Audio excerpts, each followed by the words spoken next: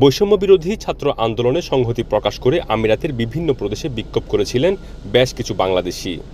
আবুধাবির federal আদালতে দোষী সাব্যস্ত হয়ে এদের মধ্যে ৫৭ জন বাংলাদেশিকে বিভিন্ন মেয়াদের শাস্তি দেওয়া হয়েছিল। তবে সম্প্রতি অন্তর্বর্তীকালীন সরকারের প্রধান উপদেষ্টা ডক্টর ইউনূসের অনুরোধে আমিরাতের প্রেসিডেন্ট শেখ মোহাম্মদ বিন জায়েদ আল নাহিয়ান ৫৭ জনকেই ক্ষমা করে দিয়েছেন। গতকাল সন্ধ্যায় এদের মধ্যে ১৪ জন দেশে ফিরেছেন। পর্যায়ক্রমে বাকিরাও দেশে ফিরবেন। আমিরাতের আবুধাবিতে নিযুক্ত বাংলাদেশের রাষ্ট্রদূত আবু জাফর জানিয়েছেন, ৭ দিনের মধ্যে বাকিদের দেশে ফেরানোর প্রচেষ্টা চালানো হচ্ছে। এরা ফেজ ওয়াইজ আগামী ৭ দিনের মধ্যে সবাই চলে যাবে। মোটামুটি ৭ দিনের মধ্যে চলে যাবে, এটা নিশ্চিত? অনেকটা সেভাবেই কথাবার্তা চলছে। জি জি। এদের মধ্যে গতকাল ১২ জন চট্টগ্রামের শাহ আমানত বিমানবন্দর এবং ২ জন ঢাকার শাহজালাল আন্তর্জাতিক বিমানবন্দর দিয়ে দেশে প্রবেশ করেছেন।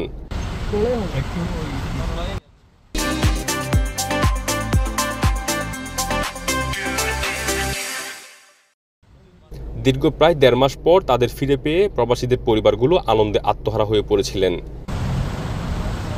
কূটনৈতিকভাবে এমন সফলতায় বাংলাদেশ সরকার এবং আমিরাত সরকারের প্রতি সন্তুষ্টি প্রকাশ করেছেন আমিরাতের বাংলাদেশি প্রবাসীরা। ওনার উদ্যোগে এরকম একটা বিশাল একটা কাজ হয়েছে, এটা অবশ্যই ওনার ধন্যবাদ পাওয়ার প্রাপ্য আমাদের প্রবাসীর পক্ষ থেকে। আর এই দেশের সরকার যিনি ওনার আবেদন যেটা গ্রহণ করেছেন, ওনাদের জন্য আমাদের পক্ষ থেকে অবশ্যই ধন্যবাদ। এটা বিশাল একটা কাজ। এদিকে আমিরাতে অবস্থানরত প্রবাসীদের একটাই প্রত্যাশা, মুক্তিপ্রাপ্ত এই প্রবাসীরা যেন আমিরাতে প্রবেশ করতে পারেন। এই বিষয়ে কূটনৈতিক তৎপরতা চালাবেন অন্তর্বর্তীকালীন সরকারের প্রধান উপদেষ্টা ডক্টর ইউনূস। যে সকল প্রবাসীরা এখানে আমিরাত থেকে নতুন চলে গেছে, তারা যেন ওয়াবেস আবার আমিরাত দেশে নিজেদের ব্যবসা প্রতিষ্ঠান চালাতে পারে বা নিজেরা আবার সুষ্ঠুভাবে চাকরি করতে হবে।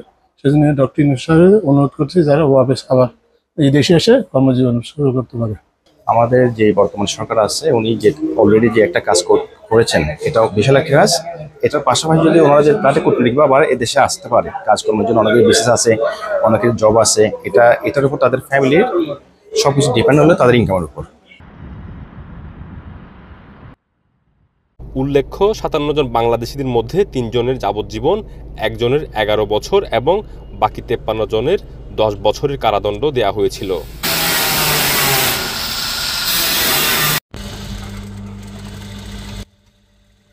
ইশতিয়াক আসিফ, চ্যানেল 24, সংযুক্ত আরব আমিরাত।